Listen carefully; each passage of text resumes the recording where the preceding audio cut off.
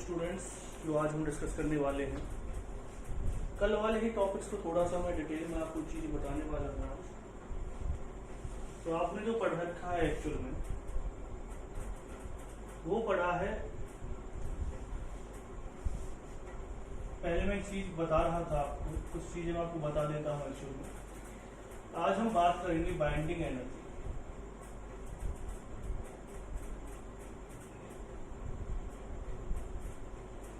इसे हम ionisation energy भी कह सकते हैं।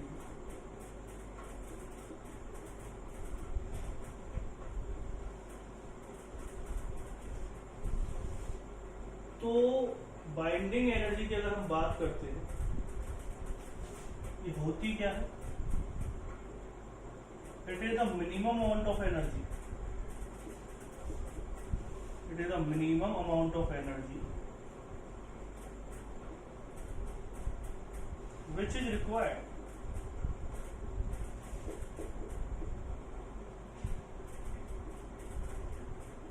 to remove the electron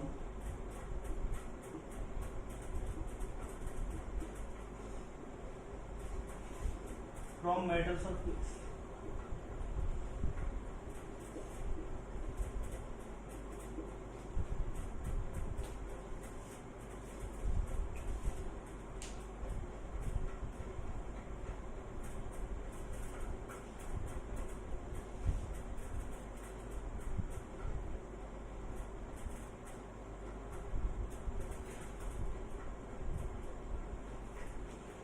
यानी कि जो बाइंडिंग एनर्जी है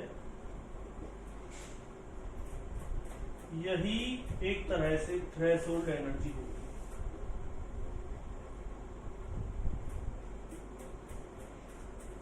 यानी कि वर्क फंक्शन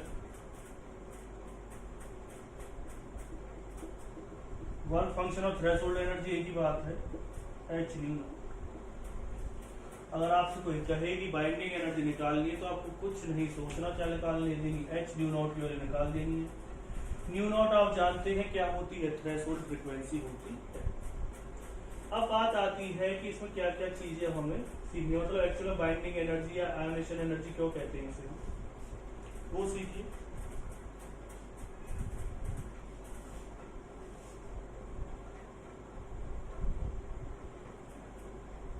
देखिए, अगर मैं बात करता हूं एटम की, ये आपको एटम दे रखा है, यहाँ पे क्या है न्यूक्लियस और ये क्या है इलेक्ट्रॉन। तो न्यूक्लियस पे कैसा चार्ज है, पॉजिटिव। इलेक्ट्रॉन पे कैसा चार्ज है, नेगेटिव। तो ये पॉजिटिवली चार्ज न्यूक्लियस इलेक्ट्रॉन को अपने से बाइंड रखता है और हमें एक मिनिमम एनर्जी से देनी पड़ती है इलेक्ट्रॉन को इजेक्ट आउट करने के लिए।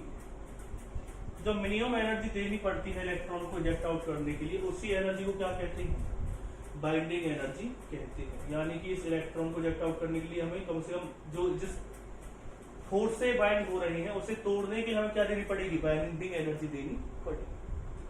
जो बाइंडिंग एनर्जी है आप जानते हैं, मैंने थोड़ी देर पहले आपको बताया भी था, काइनेटिक एनर्जी के बारे में चीजें डिस्कस की थी। तो पता चल क्या होगा, आयोनाइजेशन एनर्जी क्यों कहते हैं इसे। एक्चुअल में आप देखेंगे कि अगर इलेक्ट्रॉन इजेक्ट आउट हो जाएगा तो एटम के ऊपर पॉजिटिव चार्ज आ जाएगा, क्योंकि जब इलेक्ट्रॉन निकलता है तो कैसे चार्ज आता है एटम के ऊपर, पॉजिटिव चार्ज। तो ये एटम ना रह करके एक आयन बन जाएगा और जो एनर्जी एक एटम को आयन में चेंज करने के लिए चाहिए उसे क्या कहेंगे हम, आयोनाइजेशन एनर्जी कहेंगे। तो अब बात करते हैं हम नेक्स्ट पॉइंट पर। मैंने आपको बताया था कि जो काइनेटिक एनर्जी है वो क्या होती है, H new minus H new not. आपको याद है, आप कहेंगे सर बिल्कुल याद है। अगर आपको याद नहीं है तो आप पहली वीडियो जरूर देख लें, कल ही मैंने आपको वीडियो बताया था। अब हम ग्राफ की बात करेंगे इसकी, और ग्राफ के लिए कुछ चीजें हमें आनी जरूरी है। क्या क्या चीजें आनी जरूरी है, हम इस इक्वेशन को मैच करेंगे स्ट्रेट लाइन की इक्वेशन के साथ। आप जानते हैं स्ट्रेट लाइन की इक्वेशन में जो m होता है, m क्या होता है, स्लोप हो। और अगर हम बात करते हैं c क्या होता है, इसमें इंटरसेप्ट होता है। और y और x की अगर हम बात करें तो ये कुछ ना होकर के क्या होंगे, सिर्फ एक एक्सिस होते हैं, वाई एक्सिस और एक्स एक्सिस। तो अब बात करते हैं, अगर हम इसको मैच करें इसके साथ, तो आप देखेंगे माइनस एच न्यू नॉट क्या होगा, इंटरसेप्ट होगा इस ग्राफ का, और बिल्कुल ये स्ट्रेट लाइन की इक्वेशन को फॉलो कर रहा है। स्लोप क्या होगा इसका, एच होगा स्लोप। तो किस तरह से आप इसका ग्राफ बनाएंगे, जब आप इसका ग्राफ बनाएंगे तो किस तरह से बनेगा, यहां पर क्या आएगा, हमें से याद रखना है, जो लेफ्ट हैंड साइड में है उसे वाई एक्सिस पे लेना है, तो ये क्या आ जाएगा, काइनेटिक एनर्जी वाई एक्सिस पर आएगी। और अगर हम इंटरसेप्ट की बात करते हैं, इंटरसेप्ट क्या आ रहा है इसका, नेगेटिव आ रहा है। तो कुछ चीजें बता देता हूं आपको ग्राफ के बारे में। अगर स्लोप क्या हो, पॉजिटिव हो, तो ग्राफ आएगा, पहले तो आप इसमें देख लीजिए कि जो ग्राफ है, अगर स्लोप पॉजिटिव होता है तो कहां जाता है ग्राफ, अवे फ्रॉम यू। इस तरह से ग्राफ आपसे थोड़ी सी दूर जाने की कोशिश करेगा। और फिर क्या दे रखा है इसमें, ये इसे कहां से कट कर देगा, यहां पे कट करेगा जाकर के। अब अगर आपसे कहा जाए यहां पर कौन आएगा, एक्स, एक्सेस पर क्या दे रखा आपको, फ्रीक्वेंसी, तो फ्रीक्वेंसी आ जाएगी। काइनेटिक एनर्जी किस पे आ गई, वाई एक्सिस पर आ गई है। और इसका जो ग्राफ है वो क्या आएगा, minus H new, sorry intercept, intercept क्या आ जाएगा इसका, माइनस एच न्यू। और इसे क्या कहेंगे आप, इसकी फ्रीक्वेंसी कहेंगे, न्यू नॉट आएगा।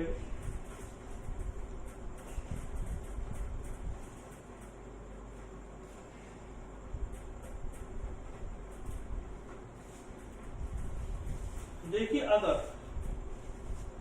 फिर मैं एक चीज बता देता हूं कि अगर स्लोप कैसा होता है, जो स्लोप आपको दे रखा है, अगर इंटरसेप्ट 0 होता तो ग्राफ कहां से जाता, ओरिजिन से जाता ग्राफ, बिल्कुल इस तरह से निकलता। अगर स्लोप पॉजिटिव दे रखा है तो ग्राफ कहां जाएगा, अवे फ्रॉम यू। अगर ग्राफ वो स्लोप कैसा होता, नेगेटिव होता, तो कहां आता ग्राफ, टूवर्ड्स यू, यानी इस तरफ आता, आपकी तरफ आने की कोशिश करता। अब कहां जा रहा है, अवे फ्रॉम यू जा रहा है। तो ये चीज आपको याद रखनी है कि अगर जो ग्राफ दे रखा है वो किसकी इक्वेशन को फॉलो कर रहा है, स्ट्रेट लाइन की इक्वेशन को फॉलो कर रहा है। इंटरसेप्ट हमने यहां से को कट किया, हमें कैसे पता चला यहाँ पे आएगा, तो किसका इंटरसेप्ट क्या आ रहा है, नेगेटिव आ रहा है। अगर इसका इंटरसेप्ट पॉजिटिव होता तो कहां से कट करता, यहां से कट करता। तो एक चीज आपको याद करनी है कि अगर इंटरसेप्ट क्या दे रखा है, नेगेटिव दे रखा है, तो ग्राफ यहाँ नीचे से कट करेगा। अगर इंटरसेप्ट पॉजिटिव दे रखा है तो ग्राफ कहां से कट करता है, ऊपर से कट करता है। पॉजिटिव ग्राफ है तो इस तरह का ग्राफ बनेगा, नेगेटिव ग्राफ है तो ग्राफ इस तरह से आना चाहिए। तो ये पॉइंट आपकी समझ में जहां तक है आ गया। स्लोप क्या है इसका, एच, वो पता चली गया, किस तरह से पता चल जाएगा। तो इस तरह से हम स्ट्रेट लाइन की इक्वेशन के साथ किसी इक्वेशन को मैच करके ये पता लगा सकते हैं कि ग्राफ उसका स्ट्रेट लाइन में आएगा, किस तरह से आएगा। दूसरा एक चीज और भी आप पता लगा सकते हैं इसके केस में कि इसका स्लोप क्या होगा, इंटरसेप्ट क्या होगा, तो वो आपने देख लिया। तो एक चीज और भी है कि जो काइनेटिक एनर्जी है वो इंटेंसिटी पे डिपेंड नहीं करती। मैं बार बार आपसे चीज कहता हूं कि जो काइनेटिक एनर्जी वो इंटेंसिटी पे डिपेंड नहीं करती, लेकिन किस तरह से हम चीजों को कहेंगे कि इंटेंसिटी पे डिपेंड करेगी। तो हम अब कोशिश करेंगे इंटेंसिटी की डेफिनेशन की तरफ जाने की, क्योंकि अगर हम इंटेंसिटी की डेफिनेशन हमें पता चल जाए तो वहां से कुछ क्लू हमें मिल सकता है कि वो काइनेटिक एनर्जी को ग्रुपों पर डिपेंड नहीं करता है। जो काइनेटिक एनर्जी है वो इंटेंसिटी पर डिपेंड नहीं करती, वो नंबर ऑफ जो फोटॉन्स है वो इजेक्ट आउट होते हैं वही इंटेंसिटी पर डिपेंड करते हैं, किस तरह से। तो वो चीजें आज हम क्लियर करेंगे, तो इसे नोट डाउन कर लीजिए।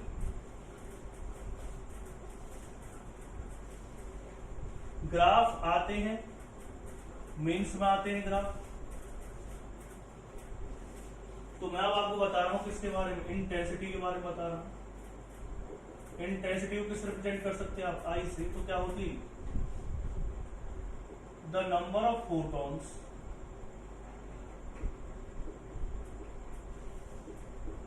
eject out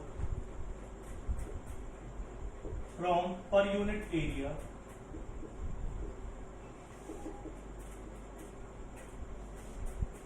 per unit time। इसकी एक डेफिनेशन और भी होती है, energy strike on per unit area per unit time. फिर दोनों डेफिनेशन को लिखिए आप।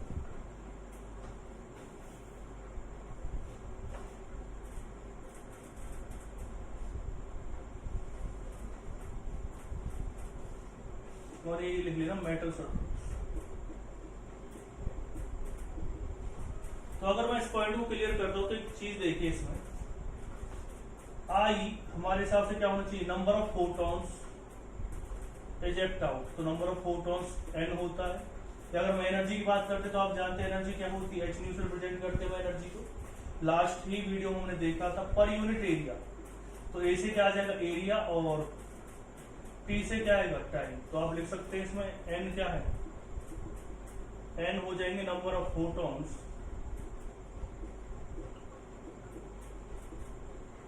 h और न्यू पहले बता चुका हूं, a क्या है इसमें एरिया और t क्या हो जाएगा इसमें टाइम। तो इसे भी नोट डाउन कीजिए आप।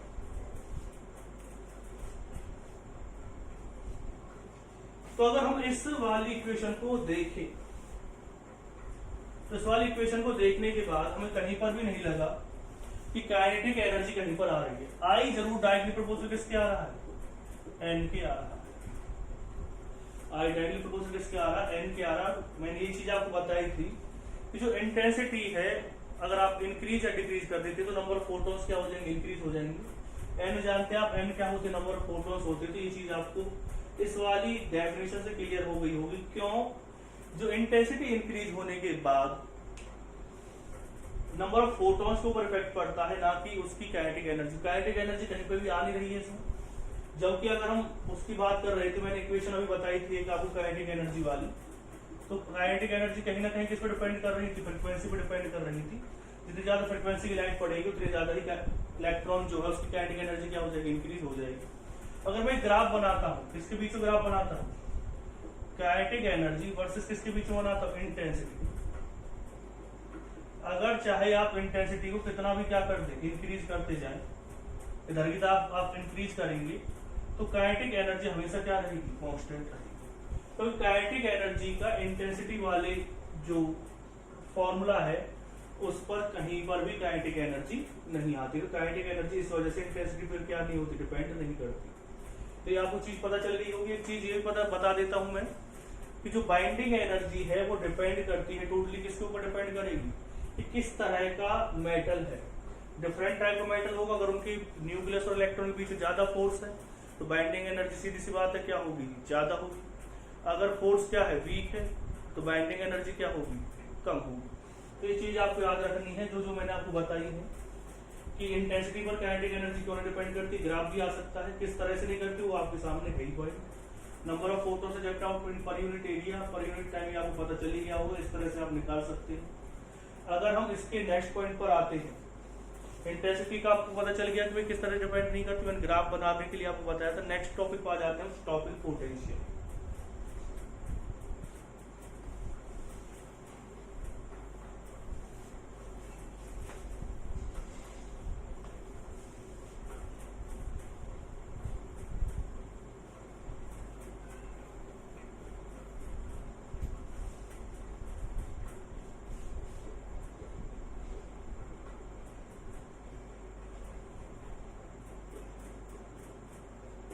स्टॉपिंग पोटेंशियल, इसे हम V नॉट से, याद रखना ये V नॉट है, ये न्यू नॉट नहीं है, V नॉट है, आप याद रखें। V नॉट है तो ये याद रखना आपको। स्टॉपिंग पोटेंशियल के बारे में हम बात कर रहे हैं, तो होता क्या stopping potential, it is the amount of energy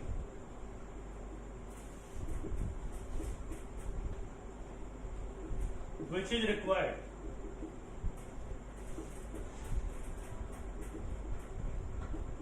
to stop the electron of maximum kinetic energy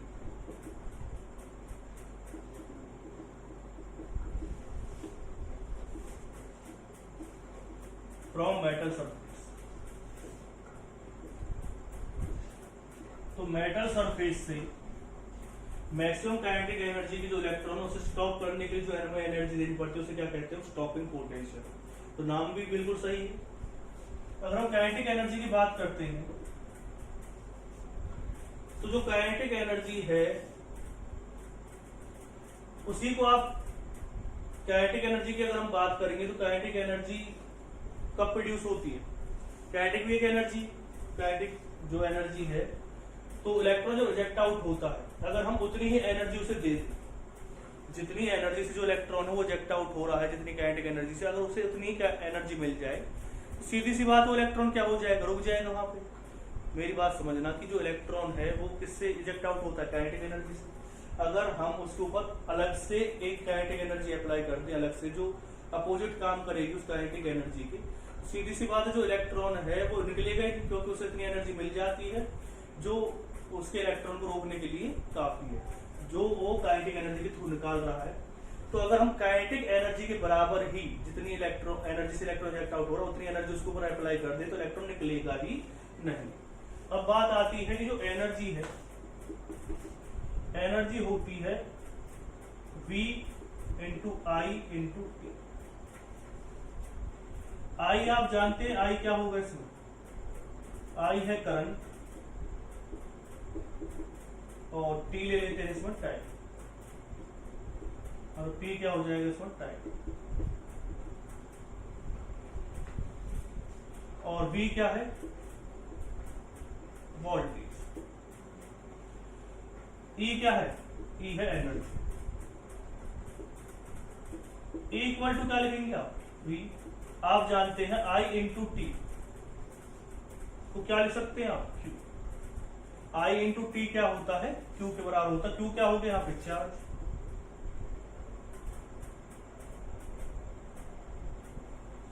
जब बात आती है फोटोन की, और फोटोन का मतलब क्या, यहाँ पे तो इलेक्ट्रॉन की बात हो रही है, इलेक्ट्रॉन रिजेक्ट आउट हो रहा है, तो यहाँ पर जो Q की जगह पे क्या लिख सकते हैं आप, E क्या होता है चार्ज ऑफ इलेक्ट्रॉन। तो जो काइनेटिक एनर्जी आप उसे E इंटू वी भी लिख सकते हैं। E क्या है यहाँ पे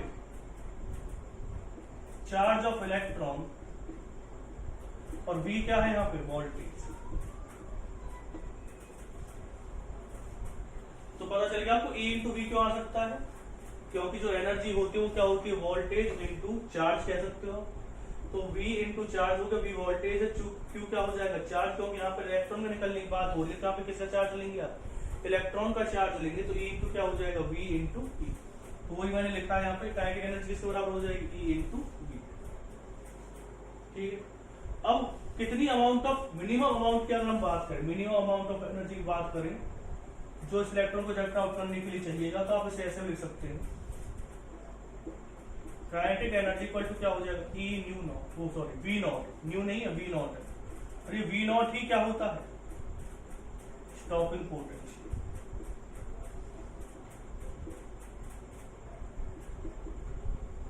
इसे आप Vs से भी रिप्रेजेंट कर सकते हैं, V नॉट की जगह पे आप क्या लिख सकते हैं, इसे Vs भी लिख सकते हैं। अब ये आपने लिख लिया होगा, नेक्स्ट पॉइंट पर जाते हैं इसी। तो भाई चलिए स्टॉपिंग पोटेंशियल क्या होता है कि भाई कोई भी इलेक्ट्रॉन किसी स्पीड से मेटल सरफेस से रिजेक्ट आउट हो रहा है तो उसे क्या कहते हैं, हम काइनेटिक एनर्जी कहते हैं, जिस एनर्जी से वो निकल रहा है। अगर हम उतनी एनर्जी उस मेटल सरफेस पर अप्लाई कर दें तो इलेक्ट्रॉन रिजेक्ट आउट ना हो, तो उतनी एनर्जी हमें देनी पड़ेगी उस काइनेटिक एनर्जी से वो इलेक्ट्रॉन निकले ही ना, तो उसे क्या कहते हैं स्टॉपिंग पोटेंशियल कहते हैं। तो सीधी सी बात है हमें कम से कम उतनी एनर्जी देनी पड़ेगी जो उसकी काइनेटिक एनर्जी के बराबर हो, जिससे कि वो वहां पे रुक जाए। तो मैंने वही निकाला है, V को क्या कहते हैं, V नॉट को स्टॉपिंग पोटेंशियल कहते हैं। अब आइए नेक्स्ट पॉइंट। अब आपने पढ़ रखा है, लेकिन काइनेटिक एनर्जी तो क्या होती है, काइनेटिक एनर्जी तो हाफ mv स्क्वायर भी होती है, तो आप क्या लिख सकते हैं, इससे half mv square E into v. लेकिन आपने तो यही पढ़ रखा है कि जो काइनेटिक एनर्जी हो किसके बराबर होती है, हाफ mv स्क्वायर के बराबर तो आएगी। एक चीज और भी होती है क्या, h nu naught, h minus के h nu naught E into v. तो आप इसे और क्या लिख सकते हैं, h v अपॉन में क्या आ जाएगा E, h v not upon में क्या आ जाएगा E इक्वल टू क्या आ गया v। ठीक है, तो इसे आप v नॉट भी लिख सकते हैं। तो ये क्या होता है स्टॉपिंग पोटेंशियल। तो इससे न्यूमेरिकल आ सकते हैं। अगर आपसे पूछा जाए कि स्टॉपिंग पोटेंशियल कैसे निकालेंगे, तो इस तरह से आप यूज करके स्टॉपिंग पोटेंशियल निकाल सकते हैं। तो आप इजीली इस तरह से स्टॉपिंग पोटेंशियल निकाल सकते हैं। नोट डाउन कीजिए इसे।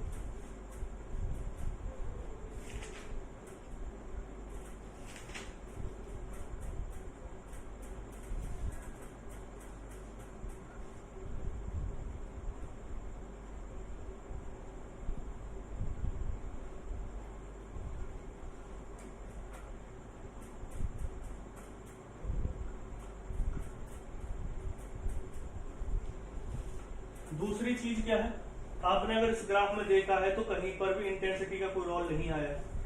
तो जो स्टॉपिंग पोटेंशियल वो इंडिपेंडेंट होता है किस पे, स्टॉपिंग पोटेंशियल